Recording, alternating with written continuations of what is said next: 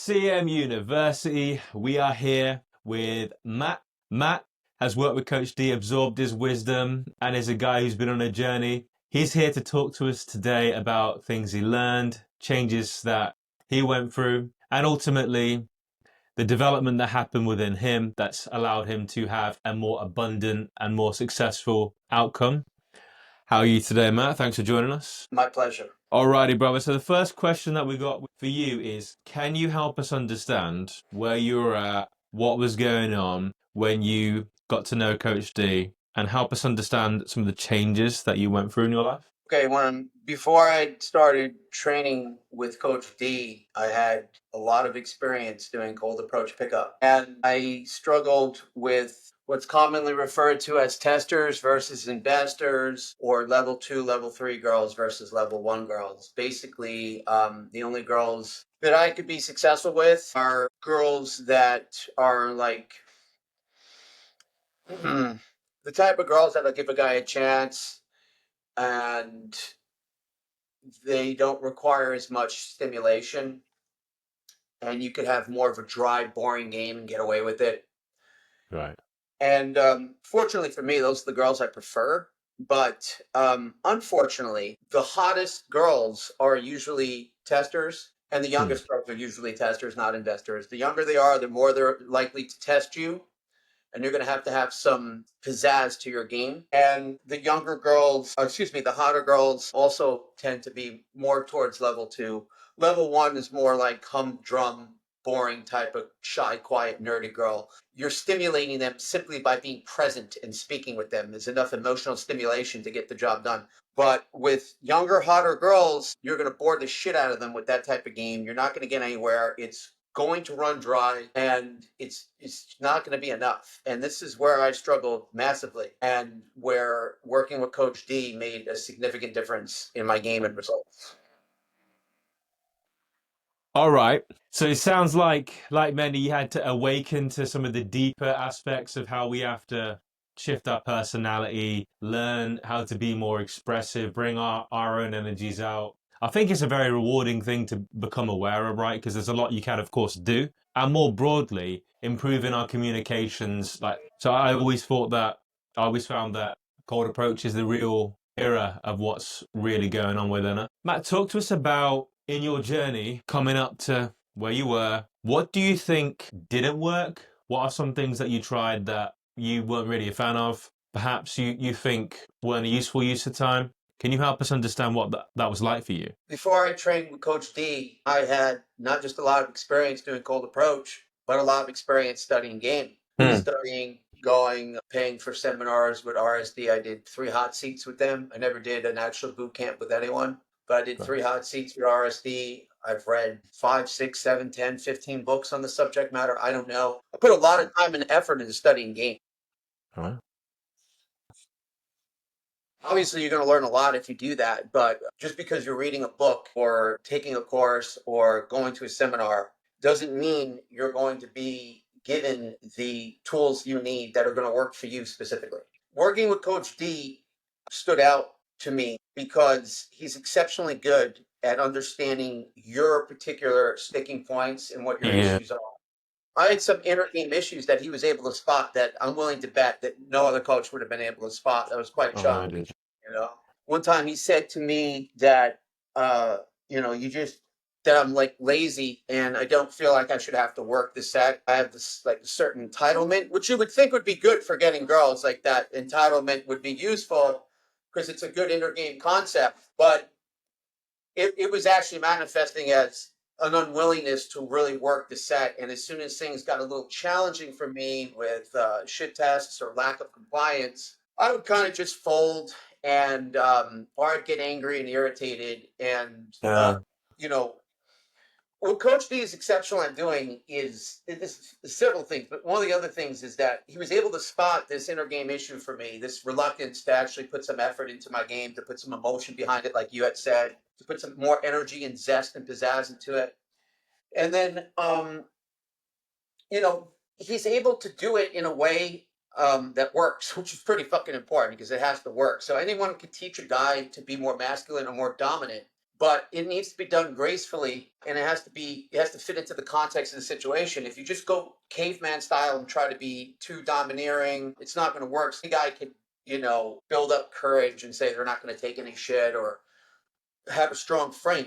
But that doesn't mean you're going to get results. It's got to be done in a way that actually works. Like I said, humor is a great way of doing all them, but in a way where he doesn't seem butthurt and he's able to make it fun and funny. And that is the secret sauce. And that is something that I was not able to glean from any of the books I've read or from any of the seminars I went to or from any other coaches I've ever trained with.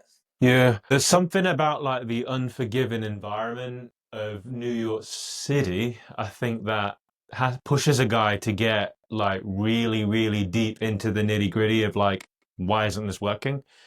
And I think with Coach D, the thing that makes him a bit of an outlier is he's got massive social awareness. He's got exceptional ability to read people. His understanding of psychology and all these sorts of things is just very adept. And then he's also got outstanding world-class game. And it means that he's able to, again, and also the pressure cooker of New York, right? And how competitive it is there. There's a lot of factors that make him quite unique. But then thereafter, we see the. Go ahead, Matt. Well, I was going to say it's definitely something that ought to be mentioned is that Coach D operates in New York City, which far and away, in my opinion, is the hardest place on planet Earth to run Oh, games. yeah. That speaks volumes. You got guys all over the world that are teaching game and teaching pickup. And as far as I'm concerned, at this point, a lot of what they say goes in through one ear and out the other because it doesn't mean anything. Man. It's I just agree with you. Yeah. much easier in other places. So New York City, the fact that that's where his home is and that's where he teaches is that's a very, very big thing in my opinion, which I can see you agree with. Yeah. Of course, no, there's no doubt about it. Look, I mean, I did this all over the world at this point. I started in London. Well, not easy either. It's like similar, as you can imagine, very similar to New York, but not the same. Definitely not the same. There's levels. New York is a different beast. I'm very transparent about it. Yeah, I went around Europe, Latin America. It's apples and oranges, Exactly. Yeah. But that's where, the people who are tough enough to stay in New York and make it work, who are serious about this journey. Or dumb enough to stay in New York. I know what you mean. Yeah. But it's actually a sincerely brilliant place. I certainly think it's an amazing city, one of the best in the world. I've certainly had my perceptions, up and down. I've had my hard times there too, but it is still an amazing place.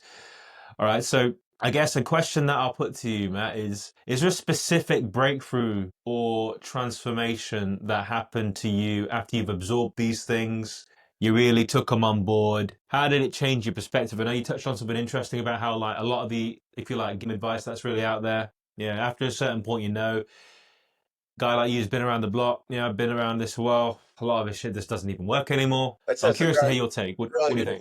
A really good point. Coach D is extremely relevant to the times. If I ever wanted to know what's happening in the field, I would always ask him because these guys, obviously he does this for a living. His ear is to the ground. And he's extremely good at noticing trends and what's going on with sexual market value. What are the girls onto now? Things actually do change quite a bit with what women's behavior is, how they're operating, what they're going for, what they're not going for. And he's always able to spot it, which makes him incredibly relevant. And like you said, a lot of things don't work anymore because things are changing that much. Again, a new crop of girls with Gen Z. And it's very important to be working with a coach that's dialed into that and flexible enough to make those changes to the environment that you're operating in. And he's exceptional at that. But I don't think I answered your question. I forgot what your question was. That was another tangent I just went on. There's a lot that is relevant to the viewers of our channel who may not all necessarily have been in this for 10 plus years, right? How about we kind of dig into your perspective on if someone out there is a bit skeptical and they found CMU and they're thinking, yeah, I might join this, but I'm not too sure. What would you say as an experienced hand? Skepticism is normal, it's natural, especially in this arena where so many people are passionate about being pickup artists. So what's the next logical thing is how could I turn this into a career? Which means there's no shortage of pickup coaches. There's no shortage of self-proclaimed experts out there. And of course, they're all going to tell great things about themselves and the results they produce. I live in New York. I've been friends with Coach D long before I actually started training with him. I know him on a personal level. It's easy for me to make that decision because I know who he is as a person and I trust him fully. He's because he's an incredible person. He's a great friend. He's a really good guy. But for someone who doesn't know those things, yeah, it could be difficult. That's why we have things like testimonials, and you watch various different testimonials. One of the things that stands out the most with me, with Coach D, is how I watched him firsthand get results with guys that I never thought in a million years would be able to close a girl of any decent attractiveness. And I witnessed firsthand him coach guys to closing attractive women that are they're punching way out of their weight class and able to close. When I see something like I'm 6'2" white guy. I know my SMV is higher than a lot of the people that Coach D has trained. Of course. Yeah, no doubt. When I see him take somebody who's 5'5", 5'6", who has lower SMV because they're maybe Asian or Indian or something, and I see him get results for a guy like that, and that guy ends up closing a white girl who's like a 7 or an 8. That's the most mind-blowing thing, and I've seen that more than once over the years, just by happenstance, just by hanging out with him when he's doing his coaching and whatnot. That I'm absolutely blown away and floored by some of the transformations he's been able to make in guys that you would never think they'd be able to pull and close the girls that they have. So that is the most outstanding thing. Beyond my own personal benefit that I've gotten from training with Coach D, those things actually stand out greater than anything. So anyone who's skeptical, I would just keep looking at the reviews. And when you see somebody that you would think would never get results with attractive women, and they're telling you they did, well, I'm vouching for that because I've seen it with my own 2 eyes, you know. Yeah. It's I think it's the philosophy that he kind of really had to adapt. You know him personally, you know he certainly isn't a guy who had it easy in this world. And I think that creates, pressure creates diamonds, and sometimes from adverse experiences, if you're willing to fight and adapt, then there's outliers that are produced. I think he's an example of a real outlier who just had to have an enormous amount of shit thrown at him and then persist through all of that. And I think it activated just a really incredible drive to become world class at what he does. And that drive is what produces the excellent transformations and client results. And, I myself, I'm the co-founder of this company. I lead the program alongside him. We're seeing guys in the group, guys with a level of anxiety, Matt, you wouldn't believe they can function as a person. And people from, these are successful men with very high-end careers in New York City, right? That are very smart, really accomplished, right? But when it comes to relationships, underperforming like you just couldn't believe. And they're even attractive, right? Some of these guys. And yet, we're seeing these guys break through, and these guys have failed with every other coach. So we know we've got something here, right? And of course, we're going to appeal to a certain market share. We're going to get a certain amount of people who are willing to say, you know what, I'm willing to throw the dice. And we thank you for your testimonial today, Matt. And of course, all the wisdom that you bring is appreciated, and we're grateful to have you in our community too.